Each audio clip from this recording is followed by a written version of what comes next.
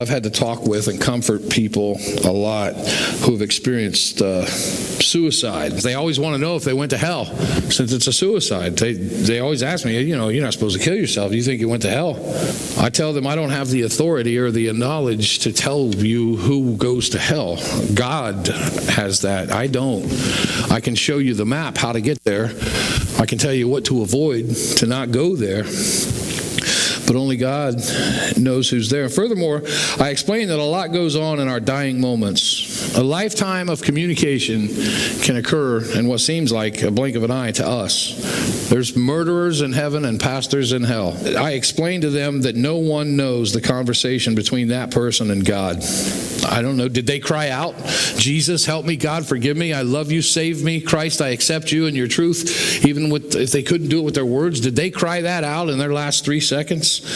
I don't know. And that's another thing to consider that I share with them all the time. I say, do you think God, based on what we know about the Bible, would send a child who is mentally handicapped?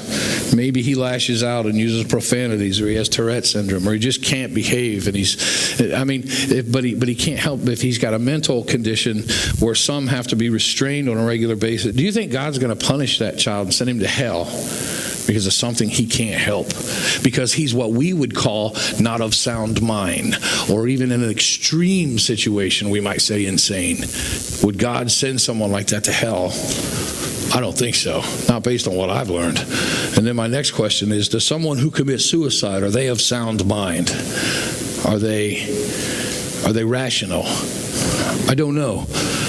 I believe some are. And I'm certainly not saying that suicide doesn't send you to hell. That's not the message. The message is the big question mark. This is where the personal relationship between each one of us and God comes into play, and the personal relationship of others that we have to acknowledge. We don't know what the conversation is between that person and God.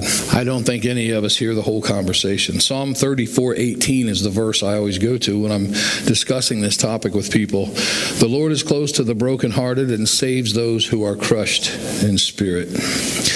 With all of this to consider, all of the things that I just talked about, and all of the struggles, sometimes we like to think that each life is perfect. We've accepted Christ, and when we're on our deathbed, we're going to pray, and but it can get more complicated and more distorted than that. There's a ton of fascinating and strange things that can occur in the moments surrounding that flash of time where we leave this world.